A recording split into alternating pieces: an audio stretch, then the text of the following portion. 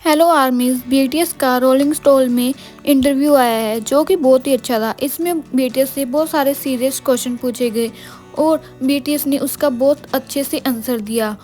आपको इसमें बहुत सारी नई चीज़ें जानने को मिलेंगी। चलिए शुरू करते हैं। सबसे पहले होस्ट बीटीएस का वेलकम करता है। होस्ट फर्स्ट क्वेश्चन पूछता है कि आपने 100-110 गाने लिखे, तो आपने इसे कम कैसे किया? आपने किन चीज़ों के बारे में सोचा और वो कौन से गाने हैं जो आपने इसमें नहीं लिए? जिमिन कहते हैं हम उन गानों का क्या करेंगे? शुगा कहते हैं हम उन्हें इंडिविजुअली यूज़ करेंगे, हम उसे किसी और को नहीं देंगे, हम उसे खुद ही यूज़ करेंगे। फिर जिमिन बताते हैं कि हमने सभी सॉन्ग सुने और फिर हमने उसको डिस्कस किया कि ये अच्छा है, ये थीम के अनुसार नहीं जा रहा, ऐसे हमने डिसाइड किया। क्या आप में कोई आर्गुमेंट या फाइट नहीं हुई कि मुझे ये सॉन्ग पसंद है और ये अच्छा नहीं लग रहा? वी कहते हैं कि हमारे टेस्ट बहुत डिफरेंट हैं, इसलिए हमें थोड़ा सा था कि हम इस सॉन्ग को रखें और इसको ना रखें। फिर वो बताते हैं कि बॉडी टू बॉडी सॉन्ग में हमारे क्लैश हुआ कि हम इसे रखना नहीं चाहते थे और कोई इसे रखना चाहता था। आखिर तक हम इसी पर बात करते रहे और आखिर में हमने इसे रख लिया। आरम भी कहते हैं कि हमने सॉन्ग्स लिखने शुरू ही किए थे और हमें दिक्कतें आने शुरू हो गई कि क्या रखें और क्या नहीं रखें, बहुत कुछ था। फिर होस्ट पूछता है क्या आपके पास कोई ऐसा सॉन्ग है जिसे आप कहें कि आप इसे जाने नहीं दे सकते? वी कहते हैं कि अगर होगा भी तो हम आपको नहीं बता सकते। फिर होस्ट पूछता है कि जैसे आपको 2022 में बटर और डायनामाइट के बाद लगा था कि अब आगे क्या करना है, तो आप इसके बारे में क्या सोचते हैं? शुगा कहते हैं कि हम एल्बम के बाहर भी अपनी आइडेंटिटी के बारे में सोचते रहते हैं, हम इसे आगे भी ऐसे ही करते रहेंगे। जैसे जैसे हमारी उम्र बढ़ती है, हमारे माहौल चेंज होता है, तो हमारे विचार भी बदलते रहते हैं और मुझे लगता है कि हम इन आइडियाज़ को अपनी म्यूज़िक में शामिल करते रहेंगे और आगे बढ़ते रहेंगे। जो भी कहते हैं कि हम जो सोच रहे होते हैं हम उसी एल्बम में यूज़ करने की कोशिश करते हैं। इस एल्बम में भी आपको हमारी क्लैरिटी दिखेगी, आगे भी हम ऐसे ही करते रहेंगे। आरम कहते हैं कि मिलिट्री के बाद भी हमारी सिर्फ एक ही सहमति थी कि हम सब कोरियंस हैं और हम अपनी रूट से जुड़े हुए हैं। होस्ट अगला क्वेश्चन पूछता है कि रैपर और सिंगिंग के बीच खींचोतान होती है, लेकिन इस एल्बम में सभी को बराबर मौका मिला है, आप इसके बारे में क्या सोचते हैं? जॉब कहते हैं कि हम वहाँ पहुँच गए हैं जो कि हमें कुछ भी मिले हम उसे और अच्छे करने की कोशिश करते हैं और बस हमें इसे करने में मज़ा आ रहा है, तो हम इसे बहुत ही खुशी के साथ करते हैं। होस्ट मुझे होलीगन सॉन्ग बहुत पसंद है और इसमें जो पार्ट है हा हा हा हा हा वाला वो बहुत ही अच्छा है, आपने इसे कैसे डिस्ट्रीब्यूट किया? जॉब कहते हैं इस सॉन्ग का चार्ज जंगकुक के पास था, मैं जब सेशन में पहुंचा तो वो होलीगन पर काम कर रहा था और उसने मुझे इसे सुनने के लिए कहा। जब मैंने सुना तो मैंने कहा वाओ ये बहुत अच्छा है, इसमें रैप और वोकल पार्ट बहुत ही अच्छे से किया गया है। फिर जंगकुक बताते हैं कि ये पूरी तरह से रैपर्स के लिए सॉन्ग है, वोकल्स के लिए हमें ज़्यादा डिस्कशन नहीं करना पड़ा क्योंकि इसमें 4 पार्ट हैं। शुगा कहते हैं कि हमने इसमें वोकल और रैपर दोनों को बराबर रखने की कोशिश की। जंगकुक कहते हैं कि मुझे लगता है कि ये वेल बैलेंस्ड एल्बम है। फिर होस्ट पूछता है कि हाईएस्ट रेंज किसकी है? सभी जिमिन का नाम लेते हैं। जियो बताते हैं कि हमारे पास लोएस्ट और हाईएस्ट दोनों रेंज के सिंगर्स हैं। जब हम बीटीएस के लिए सॉन्ग बनाते हैं तो हमें इसमें डिफ़िकल्टी आती है, लेकिन हम इस इशू को सोल्व करते हैं और हमने बहुत अच्छे सॉन्ग्स बनाए हैं कि मेरी लोएस्ट रेंज है। मैंने अपनी पुरानी एल्बम से बहुत कुछ सीखा और मैं बेहतर हो गया हूँ और मुझे अभी और आगे बढ़ना है। फिर होस्ट पूछता है कि बॉडी टू बॉडी सॉन्ग में आपने जिस हिस्से में इतनी डिस्कशन की आखिर में वो शामिल हो गया? आरम कहते हैं हाँ, बैंग जो हमारे डायरेक्टर उन्होंने हमें ये सजेस्ट किया।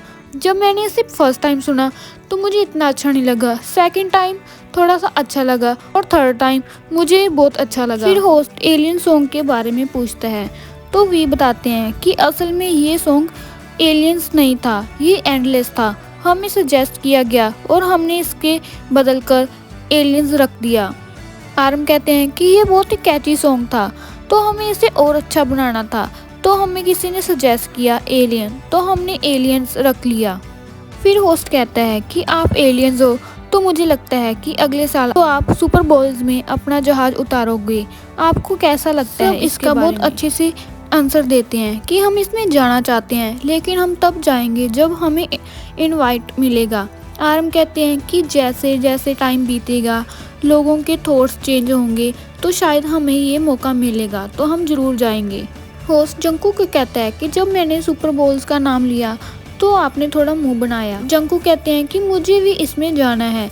तो आरम बताते हैं कि इसका मौका मिलने ही वाला था, लेकिन इसे मिलिट्री में जाना था तो ये रह गया। फिर होस्ट पूछता है कि आपका फर्स्ट रिएक्शन क्या था जब आपने जंकुक का सॉन्ग 7 सुना। ये ग्रुप का सबसे छोटा मेंबर है, तो आपने क्या इसे टेक्स्ट में गाले जैसा कुछ भेजा? जिमिन एकदम से बोलते हैं वो अब बड़ा हो गया है। होस्ट जंकुक को कहता है क्या तुम्हें शाइनेस फील हुआ जब तुमने इसे सुनाया? तो वी कहते हैं मुझे नहीं लगता कि उसे शर्मिंदगी हुई होगी। जेके कहते हैं हाँ मुझे कुछ नहीं ऐसा लगा। फिर आरम कहते हैं कि हमारा लेबल इस सॉन्ग में कुछ लिरिक्स को चेंज करना चाहता था, तो मैंने कहा प्लीज़ इसे ऐसे ही रहने दो, प्लीज़ इसे चेंज मत करो।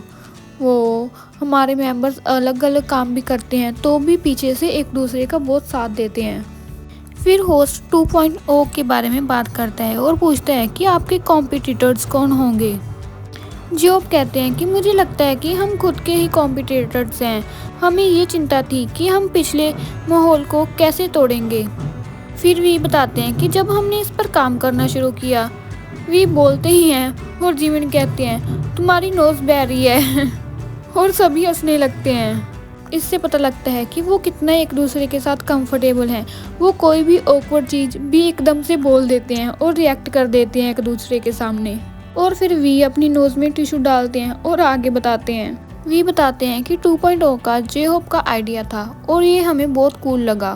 फिर वो बताने लगते हैं कि हम जब सेशन में थे, जेके, वी और जे-होप हम सब एक साथ थे, तो जंकुक सो रहा था। जंकुक कहते हैं हाँ मुझे तब बहुत नींद आ रही थी, मेरी हार्ट बीट वैसे थी जैसे कि मैं मर रहा हूँ। सुगा कहते हैं कि मैं दूसरे रूम में था और मुझे सिर्फ ड्रम की आवाज़ आ रही थी। फिर होस्ट कहता है कि आपने अमेरिका में बहुत सारे अच्छे प्रोड्यूसर के साथ काम किया, तो आपने उनसे कुछ सीखा होगा और उन्होंने भी आपसे कुछ सीखा होगा। तो शुगा बताते हैं कि हाँ हमने बहुत सारे टैलेंटेड प्रोड्यूसर के साथ काम किया और मैंने बहुत कुछ सीखा। वो बहुत ही आज़ाद ख्यालों के हैं और मुझे ये बहुत नया लगा। फिर होस्ट फायर सॉन्ग के बारे में पूछता है और माइकल जैक्सन के बारे में भी पूछते हैं। फिर आरम कहते हैं कि वो बहुत ही आइकॉनिक आर्टिस्ट हैं और फिर वो फायर के बारे में बताते हैं कि ये फायर से आया है।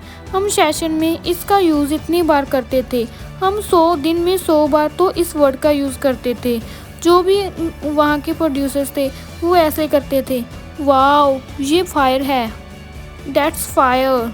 तो हम भी उनके साथ साथ उनकी कॉपी करते थे और कहते थे ये तो फायर है, दैट्स फायर। तो हमने ऐसे ही इसे अपने सॉन्ग में लिया। आरम कहते हैं कि 2.0 में बहुत सारी चीज़ें हैं, मैं भी चाहता था हेटर्स के बारे में बात करना। अभी भी कुछ लोग हैं जो पानी की बोतल के सामने प्रे करते हैं कि बीटीएस नीचे गिर जाए और ये बैंड टूट जाए।